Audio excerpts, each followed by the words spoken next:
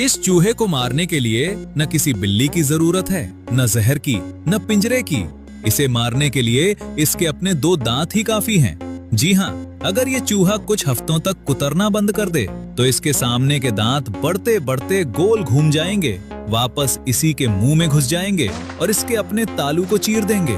फिर ये न खा पाएगा, न पी पाएगा और तड़प तड़प कर भूख से मर जाएगा। लेकिन सवाल ये है कि कुदरत ने ऐसा खतरनाक हथियार इसके मुंह में फिट ही क्यों किया?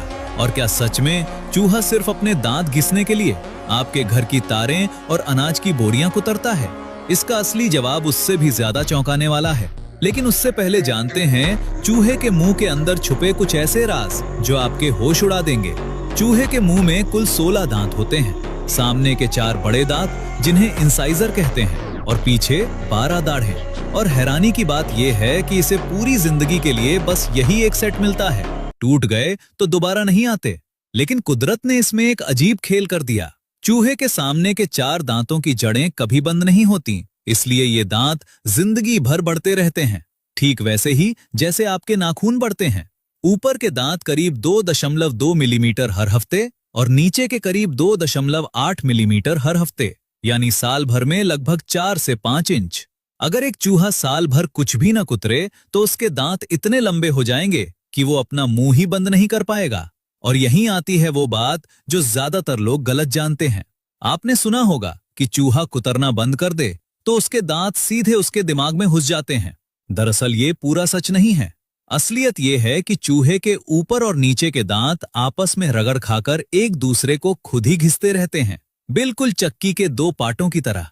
जब तक दोनों पार्ट सही बैठे हैं, दांत अपने आप छोटे होते रहते हैं। लेकिन अगर किसी हादसे में एक दांत टूट जाए या जबड़ा जरा सा टेढ़ा हो जाए, जिसे साइंस में मैलोक्लूजन कहते हैं, तो उसके सामने वाला दांत घिसना बंद कर देता है और बिना रुके बढ़ता चला जाता है।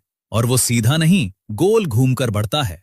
रिसर्च कहती है कि बिना रुकावट के ये दांत कुंडली की शक्ल में मुड़कर उसी के मुंह के तालू में जा धंसता है।